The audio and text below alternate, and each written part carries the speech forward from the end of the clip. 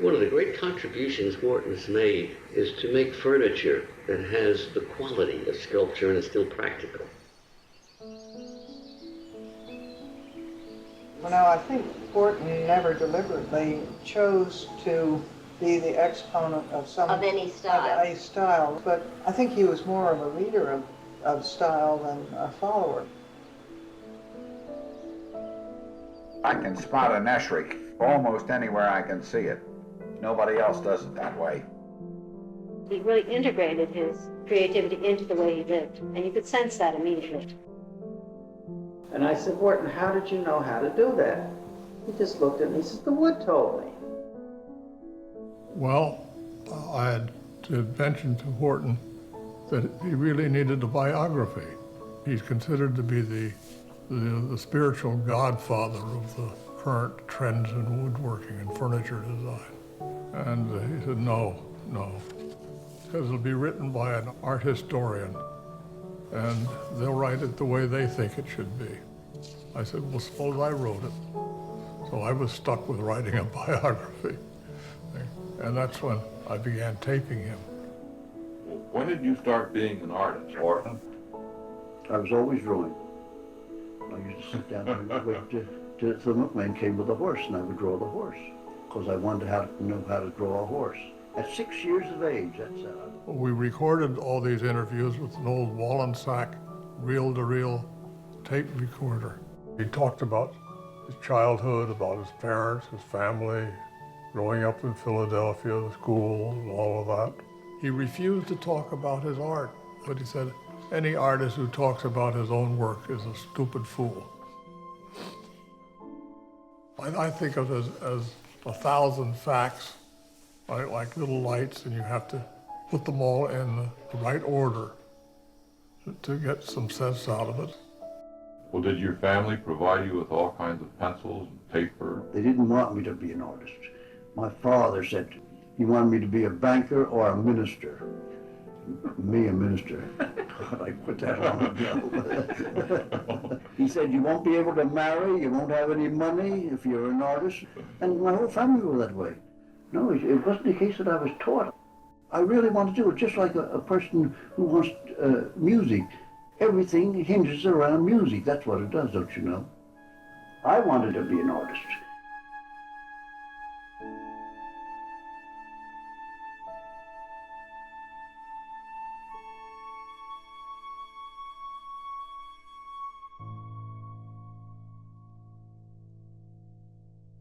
I think that Wharton Esherick is influential on American woodworking in the same way that Van Gogh is influential or Picasso is influential on the process of painting.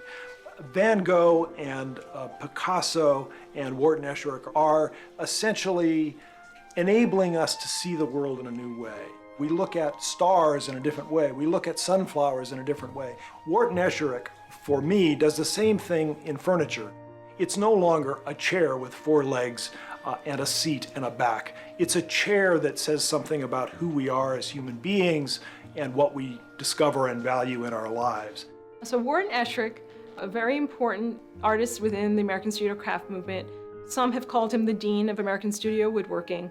He offers us not only the celebration of his hands and the fact that these works were conceived by his vision very much in step with the moment in time that he lived.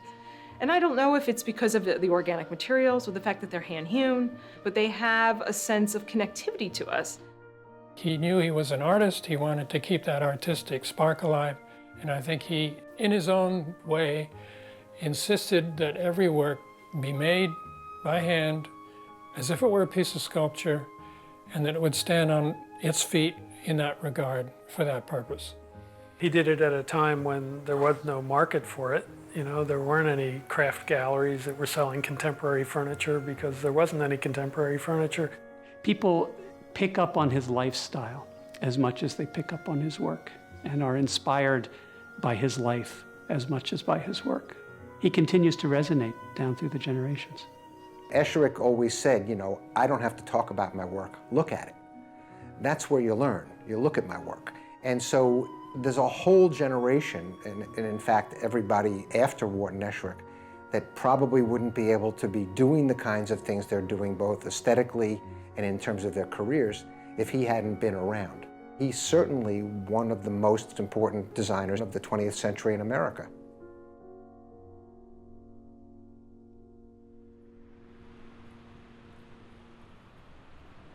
I think there's a certain level of excitement that people have when they're first introduced to Esherick's work. Sometimes they think it must be a contemporary artist because they don't know the history and they don't know where it came from. While some people think, oh, well, Esherick is kind of unknown and esoteric, the truth is his work was exposed in several different and very important public spaces where people had an opportunity to see and discover his work. Generally speaking, when one thinks about the work of Wharton Esherick, we think about different periods of his work. We talk about his very early work as his literature and its narrative to some extent. And then we move into what is often considered to be his cubist work or expressionist period. And then from there we go into his organic period. And in fact, his organic work is primarily what influenced other people in the 60s, 70s, and on.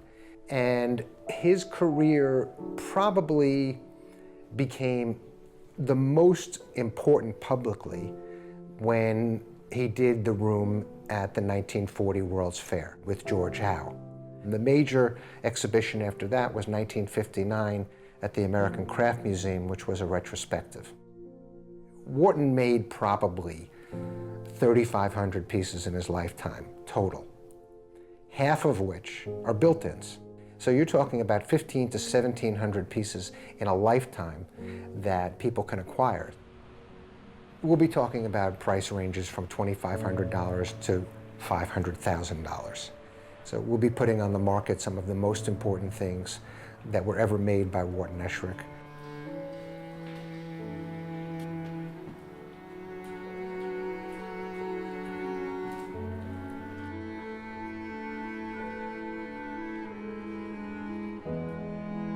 The dining table goes like here with the chairs around it, which are right over here on the side.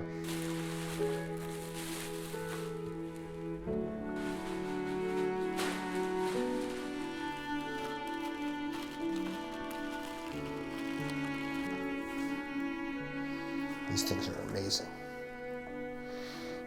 One of Esherick's greatest pieces is the music stand that went to the World's Fair in Brussels.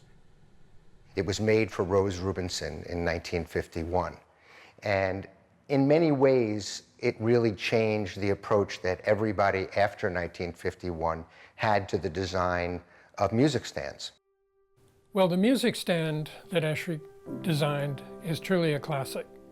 It's extraordinary in many ways. It answers a lot of design problems, obviously from a functional point of view. But more than that, it's a piece of music. You can't help but see it that way. It has a beginning, a middle, and an end. It has theme and variation, if you like. It is both negative and positive. It outlines space, it inhabits space, it defines space.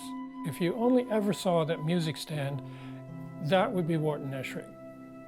That describes what a Wharton Esherick piece is.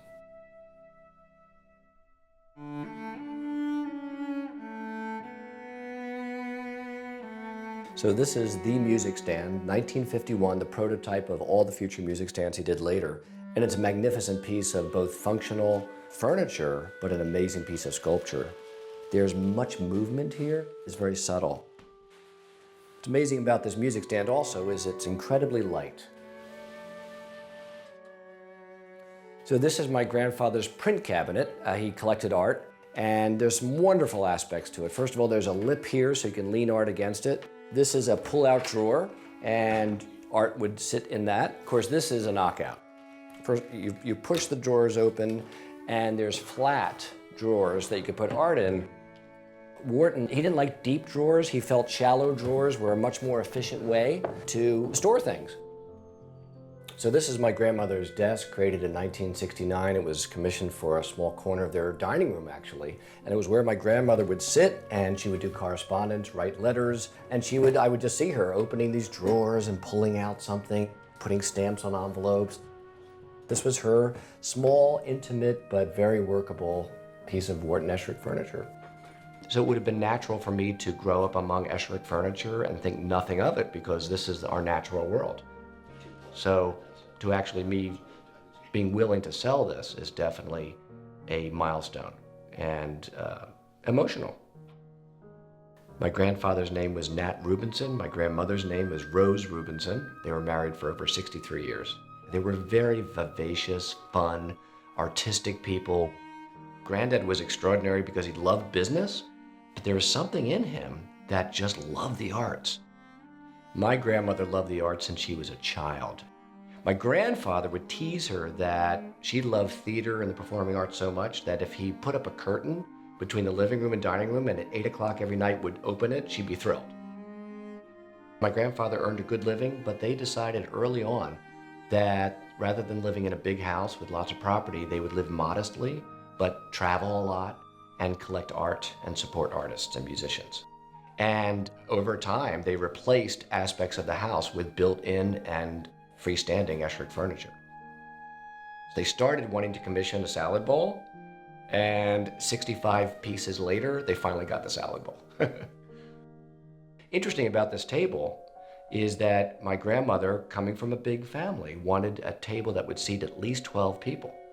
And Esherick said, no more than 8 should ever be at dinner, and he refused to make it.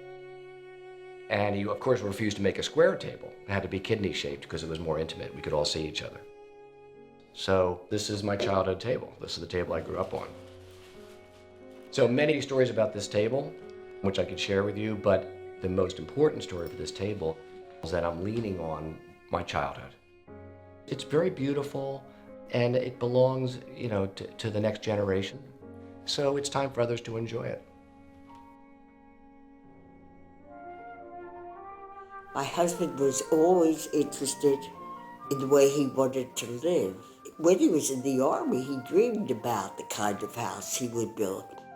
Actually, the kind of house we built was a California-style house. And that does not go on Philadelphia's main line. They did not appreciate it.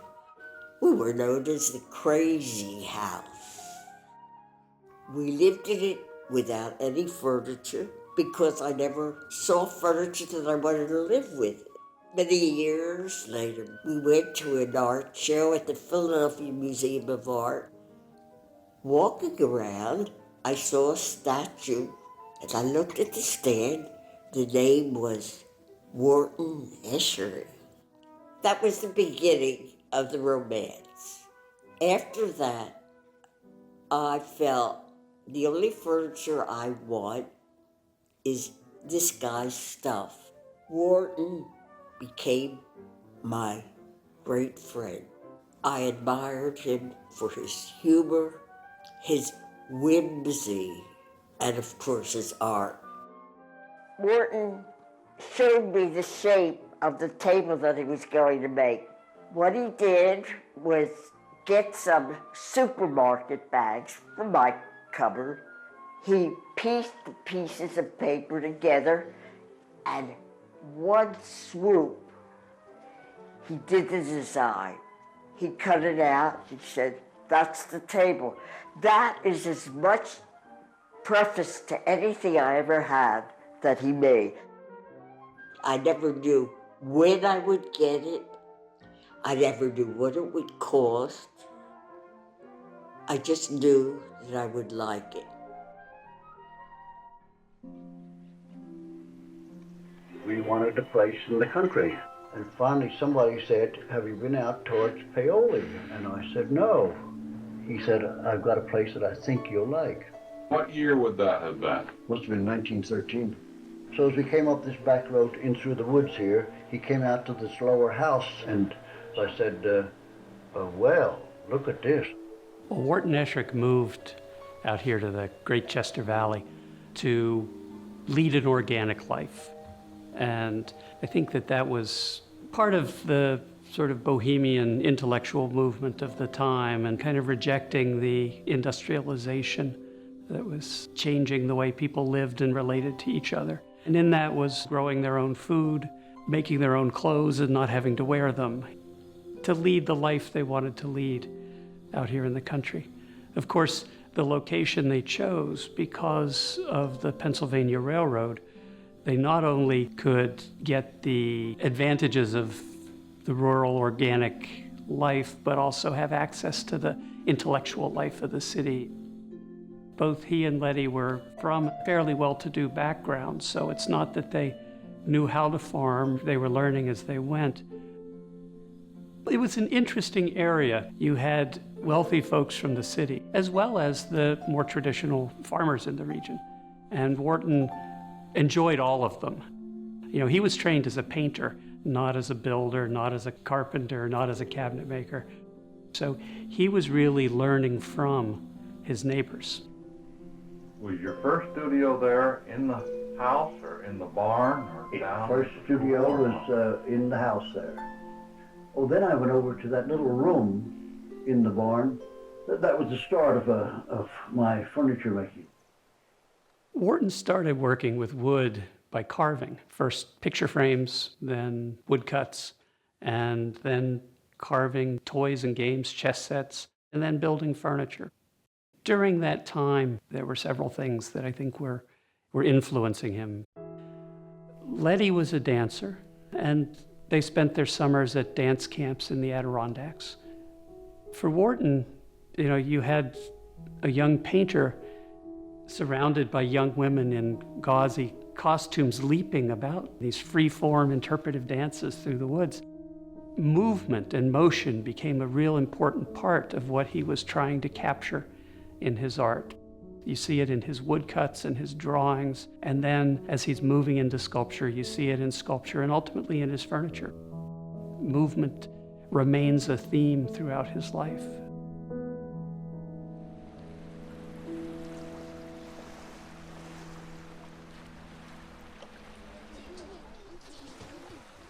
When did you all go to Fairhope? We went to Fairhope for education of Mary. We didn't want to send any the children to public schools. We didn't believe in the public school. But it was a nice experience. Mrs. Johnson was really a marvelous woman to work with. Letty used to love to hear her lecture.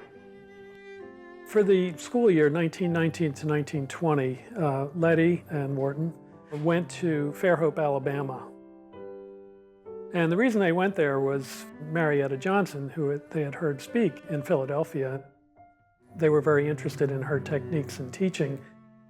And she had established the Marietta Johnson School of Organic Education in Fairhope, Alabama. And while he was there, he did a number of paintings. And the story goes that Marietta Johnson gave him his first set of gouges for carving the frames. And he also met a number of people down there, one of whom was Sherwood Anderson, the writer. Sherwood Anderson's the one who evidently made that statement that his frames were better than the paintings. In Fairhope, he met Sherwood Anderson, who was one of the most well-connected people in the arts and culture world. And he had a habit of taking young people under his wing and introducing them around. He also met Henry Varnum Poor, who became a good friend. And through Poor, he met Marjorie Content, who became an important client. Like so many of Wharton's clients, they became friends. And he first made a bedroom suite for her. And the bed is a very prismatic form, but the two end pieces are curving. The headboard is a convex curve. The footboard has a concave curve. So he started moving from the expressionist ideas to integrating curves into that. The other piece for this set was a vanity, which was two inverted pyramids, long, narrow inverted pyramids, which were mirrored on the inside. It's a marvelous, marvelous expressionist piece. Again, perhaps one of his greatest. And by the way, it was this set that he really felt like he had made the leap and he was very excited about it. During the 20s, Esherick was really trying to figure out what direction to go in. There was still a little bit of painting going on. There was the frames, there was small sculpture, his racehorses, there were the prints, and the beginnings of the furniture. Then somewhere in all there you got mixed up with the hedgerow. Well, you did some woodcuts for posters for them. Oh, a lot of them, yes. Put in every show.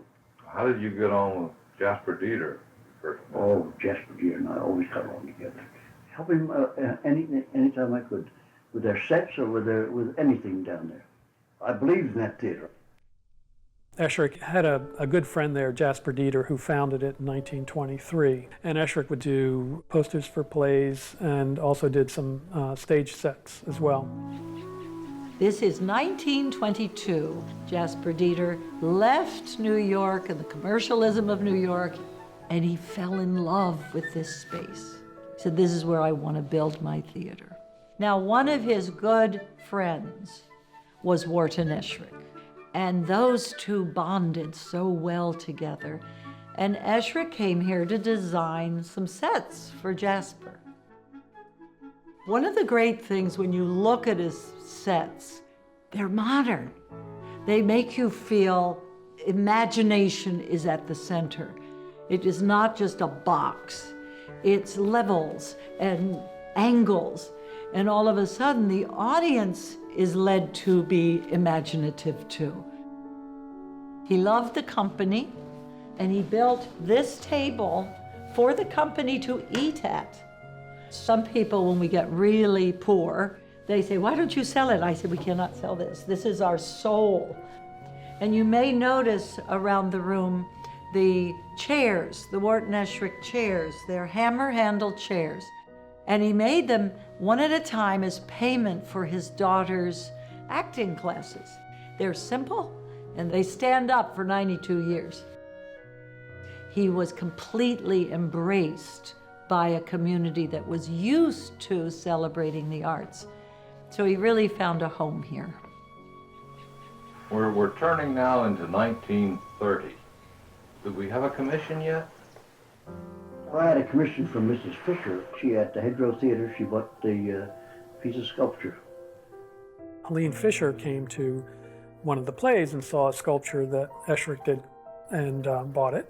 And that was the beginning of a whole series of commissions in the 30s, more German expressionist-inspired straight line type furniture. Helene Fisher commissioned some of his, I think, most imaginative works. He did a corner desk for her that is this crystalline form that is just marvelous. Marvelous to look at, but I can't imagine how he built it. So the desktop has three large triangles, each of which are divided into three. The center of the desk has three triangles that are each divided into three, and they flip open to create the work surface. And I'm sure he had a lot of fun designing it, and I'm sure John Schmidt had a lot of difficulty in making it. John Schmidt was really important in Wharton's development. John Schmidt was trained in a classic European apprenticeship program. And when Wharton started making furniture, since John was a neighbor, Wharton sought out his advice. That grew into really a collaboration.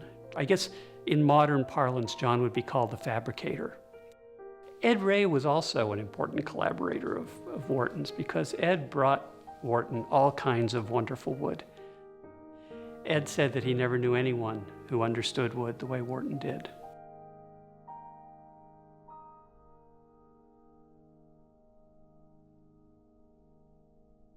Behind me you see the wonderful Nellie and Curtis Bach fireplace and doorway. And this comes out of a house that they had purchased in Gulf Mills. You know, he was a very important attorney and judge in Philadelphia. He came from a prominent family of publishing, and he was a president of the Philadelphia Orchestra.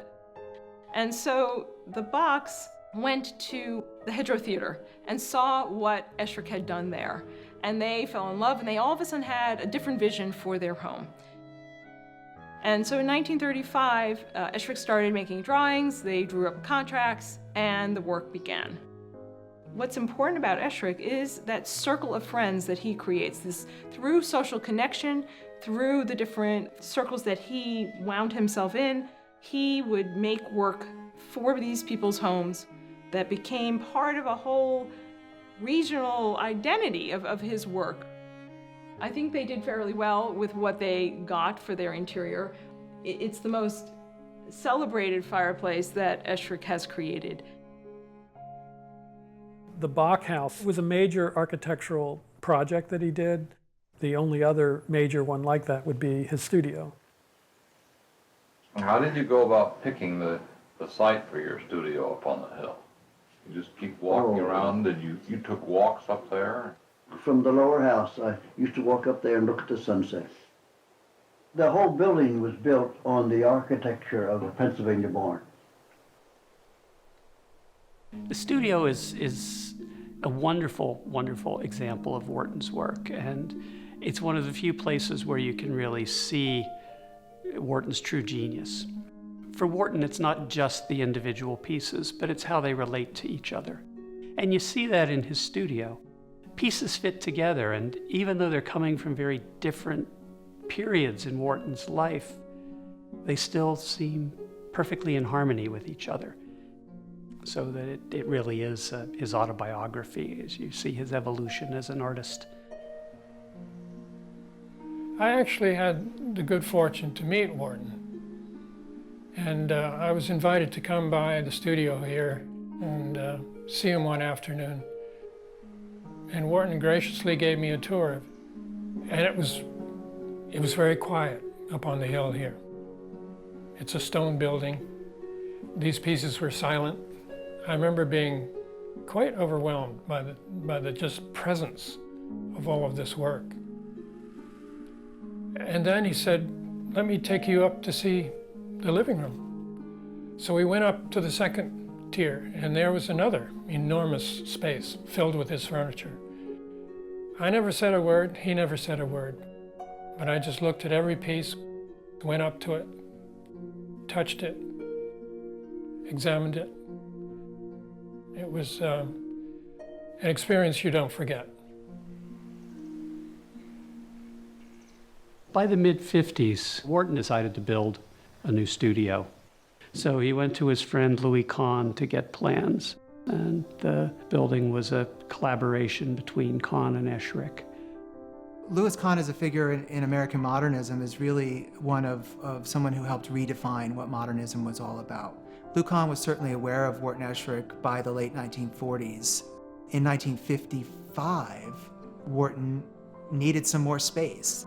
And that's right in this period where Kahn is very interested in the nature of geometry.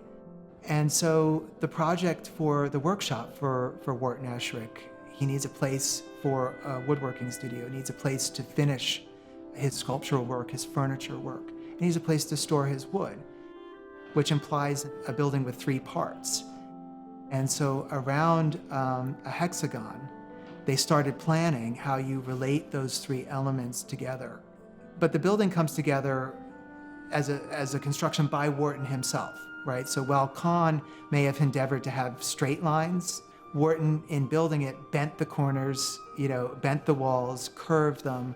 He was resisting the idea of a straight line. And so in bending the walls, he's inflecting his own artistic sensibilities. In about 1956, the workshop was finished. In the years to come, I think these 2 men were in fairly frequent contact. Lou Kahn got the commission for the Margaret Esherick house, I think, through Margaret's brother, Joseph Esherick. Joe had the same architectural education that Lou Kahn did at the University of Pennsylvania. He had worked for his uncle Wharton in Paoli before heading out to the West Coast. When Joe was thinking about this project with his sister, I'm sure the idea was to have his uncle do extensive work on the interior. In the end, he wound up doing the most enclosed space in many ways of the house, the kitchen. It still is amazing that we own the house. We can't really believe it sometimes because we know it's such a special place. We fell in love with it as soon as we saw it. We call ourselves stewards. I feel like we're taking care of the space. I think we were both more familiar with Kahn because we had been interested in modern architecture, but getting to know about Wharton Esherick has been very important to us. I mean, you just visit his studio and you just walk away feeling like you understand creativity, and actually you want to bring more creativity in your own life. And the objects he created, you use every day. So you just smile when you touch things that Wharton made, and it enhances your life.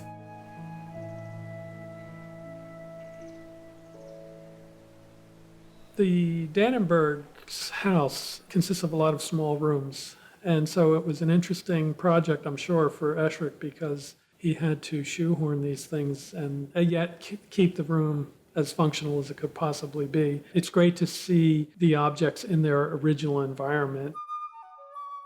And I hear Wharton's voice from the dining room saying, "Hey, Dina, how many people did you say that table has to seat?" He said, "Dina, a plain round table will not seat enough. Bring me a bunch of plates." So she brought 12 plates out, and he placed them on the floor in the shape of the table that's there now. The shape of that table is conducive to everybody seeing everybody. Everybody has a sense that they're together. They join in, or if they break down for a few minutes, they still come back together. And I mean, you could not imagine that room without the table. Now I realize how lucky we were. I think it's one of the reasons we never moved. Everything that we ever got from Wharton, we had no idea what was coming. We knew one thing: if Wharton made it, we'd like it.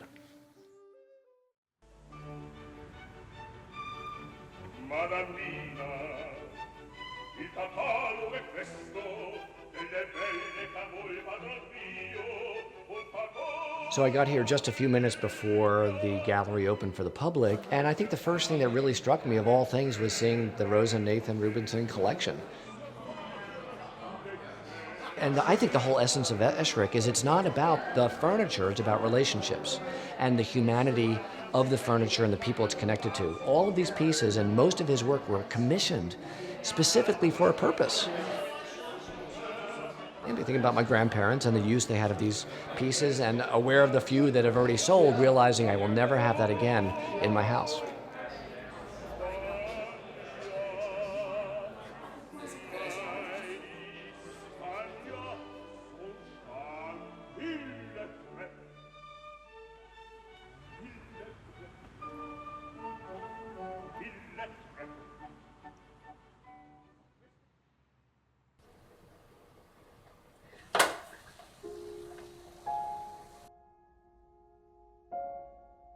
Because I think he had a real affinity for wood. If you look at anybody else's design, there's always something that's stiff about it. And although he worked back in the 20s and 30s, he was so far ahead that you can't call, this is nothing like what they call modern furniture. No. Yeah. And yet it is the simple, unadorned, smooth surfaces. He had a way of taking something hard and solid and making it look soft and graceful and absolutely irresistible. And the other thing that he did so well was to create this tactile softness. When you looked at something, you always wanted to put your hand on it and feel the sculpted shape, which really never existed in furniture. The one thing of working for Wharton, you could take time to think clearly and put more thought into your work than action. I don't think I ever heard him say hurry up. Never. We used to go out often and have dinner out there, and Wharton and I were on the porch gazing out, and he was peering intently out at the woods. And he said every night, Good night, dear. See you tomorrow.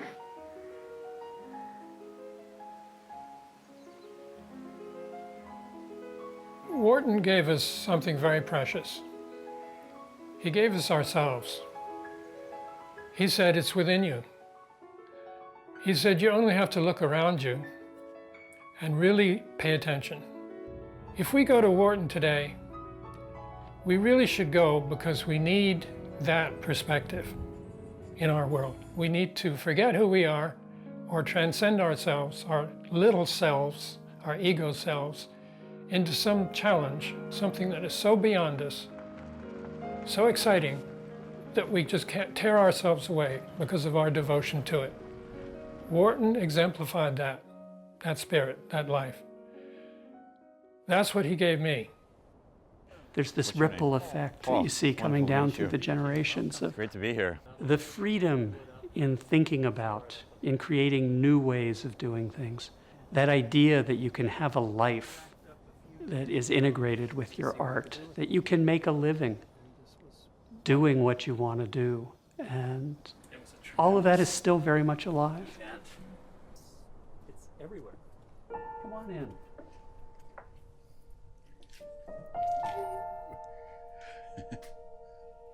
A lot of these artists had to go see Esherick in Paoli. They made pilgrimages to his studio.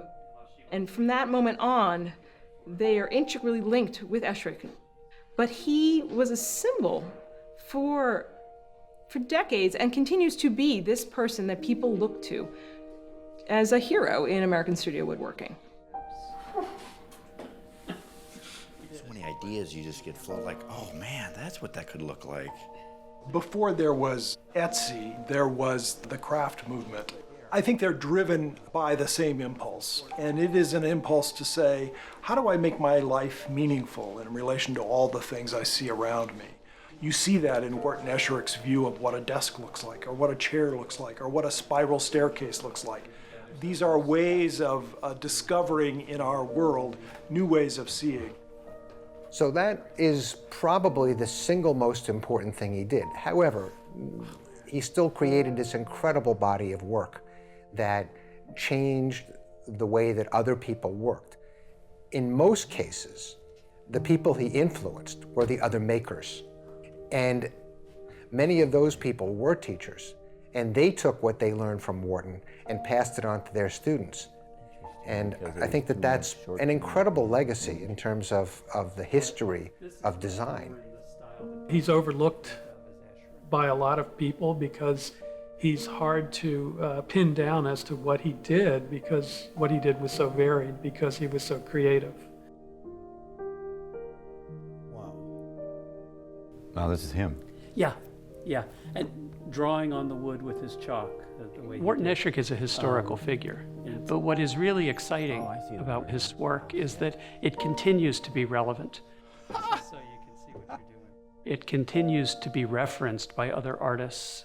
You continually see ideas that Wharton created showing up in other pieces of artwork. And he has a relevance that has far outlived the man himself.